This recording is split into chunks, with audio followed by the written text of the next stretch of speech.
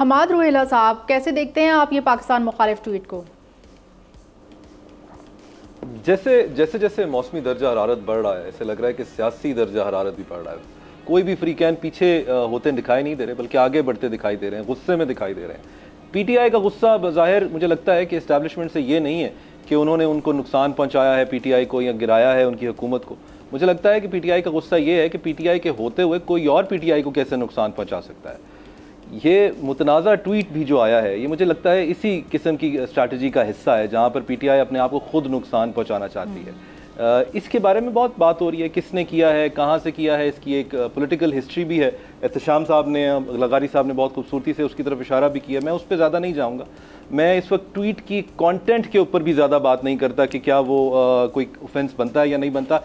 بظاہر حکومت کی رائے یہی نظر آ رہی ہے کہ ایک اوفینس بنتا ہے اور نہیں کرنا چاہیے تھا. میری بھی رائے یہی ہے کہ نہیں کرنا چاہیے تھا, اس کو اوائڈ کیا جا سکتا تھا. اس وقت جو سچویشن ہے اپیرنٹلی آپ نے بھی جیسے بتایا ایف آئی اے نے کاگنیزنس لے لی ہے, انکوائری سٹارٹ کر دی ہے. تو انکوائری سٹیج پہ جو چیزیں دیکھی جائیں گی میں قانونی نقطہ نظر سے وہ چیزیں بیان آپ کے سامنے کر دیتا ہوں. سب سے پہلے تو یہ سمجھ لینا چاہیے کہ اگر میرے اکاؤنٹ سے کوئی ٹویٹ ہوئی ہے تو میں اس کا جواب دے ہوں, آپ کے اکاؤنٹ سے ہوئی ہے تو آپ اس کے جواب دیں.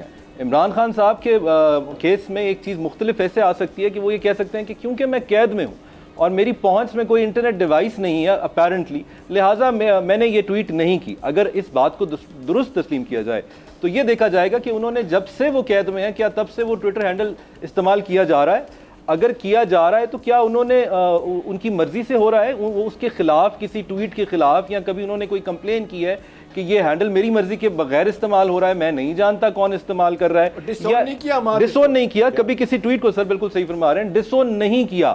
تو جب آپ نے ڈسون نہیں کیا تو اس سے مطلب یہی لیا جائے گا کہ آپ کی مرضی سے آپ کا منتخب شخص آپ کو پتہ ہے کہاں بیٹھ کر یہ تمام ٹویٹس کر رہا ہے. آپ کو اگر یہ اسپیسیفک ٹویٹ بھی آپ کے علم میں نہیں ہے تو پھر بھی آپ کا فرض بنتا ہے کہ آپ بتائیے کہ وہ کس نے کی ہے, کہاں سے کی ہے, کس کے کہنے پہ کی ہے اور کس مقصد سے کی ہے. یہاں صرف یہ بھی کہہ دینا کہ میں نہیں جانتا, میرے علم میں نہیں ہے یا ہیک ہو گیا ہے, تو یہ بھی بات جو ہے درست تسلیم نہیں کی جائے گی. میں مثال دے کے سمجھاتا ہوں کہ اگر فرض کیجئے کسی کی گاڑی یا موٹر سائیکل چوری ہو جاتا ہے اور اس کو کسی جرم میں استعمال کر لیا جاتا ہے تو تفتیشی افسران اسی شخص کے پاس جائیں گے جس کے نام پہ وہ رجسٹرڈ ہے, اور اس کا یہ کہہ دینا کہ جی چوری ہو چکی تھی, یہ ایز اٹ از ایکسیپٹ نہیں کیا جائے گا اگر اس نے کوئی پرچہ نہیں کرایا, اگر اس نے پہلے کسی کو کمپلین نہیں کی ہوئی کہ چوری ہو چکی ہے. جیسے یہاں پر اگر ہیک ہو چکا ہے یا کسی اور کے استعمال میں ہے, آپ کی مرضی کے بغیر استعمال ہو رہا ہے, تو کیا کبھی آپ نے یہ پوائنٹ ریز کیا ہے؟ اس وقت یہ جو خاموشی اختیار کی گئی ہے ایف آئی اے کے سامنے, یہ خاموشی توڑنی پڑے گی, عدالت کے سامنے جا کے بتانا پڑے گا. جہاں تک مجیب الرحمان والی بات ہے وہاں پر کبھی پی ایم ایل این یہ پوائنٹ آف ویو لیتا ہے, کبھی پی ٹی آئی لیتا ہے. سیاستدان اپنے کردار بدل رہے ہیں, اسکرپٹ نہیں بدلتے. مجھے لگتا ہے وہ دن بھی دور نہیں کہ دوبارہ یہ آپس میں پرچے تبدیل کر کے دوسری طرف کھڑے ہوں گے. سبسکرائب کریں اور بیل دبائیں تاکہ کوئی خبر رہ نہ جائے.